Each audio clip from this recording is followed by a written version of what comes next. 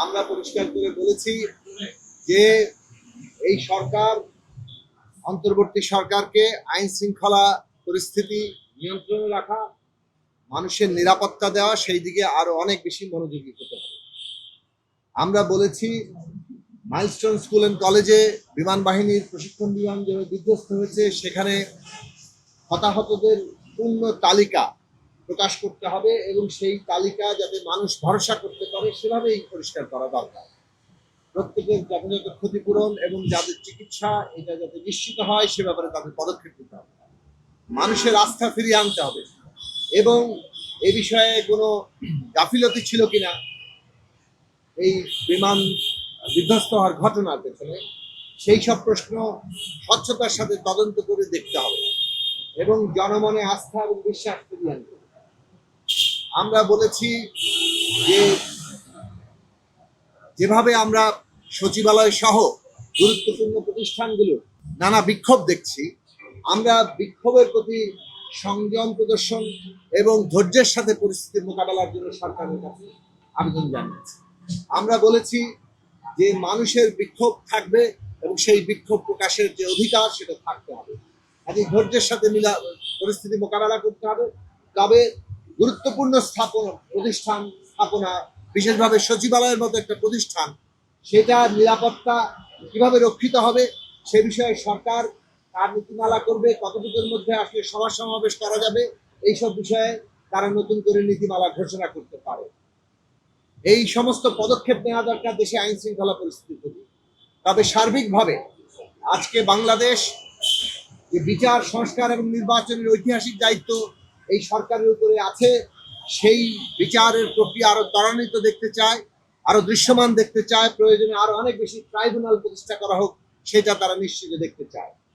মানুষ যে সংস্কার প্রত্যাশা করছে, আগামী 5ই আগস্টের মধ্যে সংস্কারের প্রশ্নে একটা ন্যূনতম ঐকমত্যের ভিত্তিতে জাতীয় সনদ ঘোষিত বলে প্রত্যাশা করে এবং এই সনদ যাতে আগামী সংসদে যারাই বিজয়ী হোক তারা বাস্তবায়ন করতে বাধ্য থাকে, সেই ক্ষেত্রে এটা একটা অর্ডিন্যান্স আকারে ঘোষণা দেওয়া দরকার এবং একটা নির্দিষ্ট সময়সীমার মধ্যে এটা যাতে পাশ হয় সেই ব্যবস্থা করা দরকার। একই সাথে আগামী নির্বাচন, সংবিধান সংস্কার পরিষদের নির্বাচন, সেটাও আমরা ভবিষ্যতে আলোচনা করব। সরকারের অবিলম্বে উচিত নির্বাচনের তারিখ বিষয়ে সুস্পষ্ট ঘোষণা যাওয়া, অন্তত 5ই আগস্টের মধ্যে, 5ই আগস্ট অথবা তার পরবর্তী সময়ের মধ্যেই দ্রুততম সময়ে সরকার এ বিষয়ে সুনির্দিষ্ট তারিখ ঘোষণা করবেন বলে আমরা আশা করি।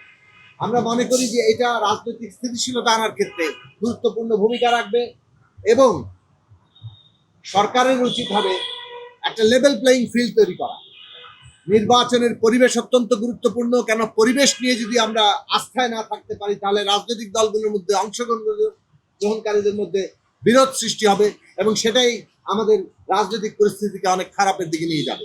কাজে নির্বাচনের পরিবেশ প্রতিষ্ঠা করতে হবে এবং লেভেল প্লেইং ফিল্ড করতে হবে। রাজনৈতিক দলগুলোর প্রতি যথাসম্ভব ন্যায্য আচরণ করতে হবে এবং সেই ন্যায্য আচরণের মধ্য দিয়ে সরকার যাতে কোনো পক্ষ নয় এইটা দৃশ্যমান হয়, সেই জায়গাটা পরিষ্কার করা দরকার।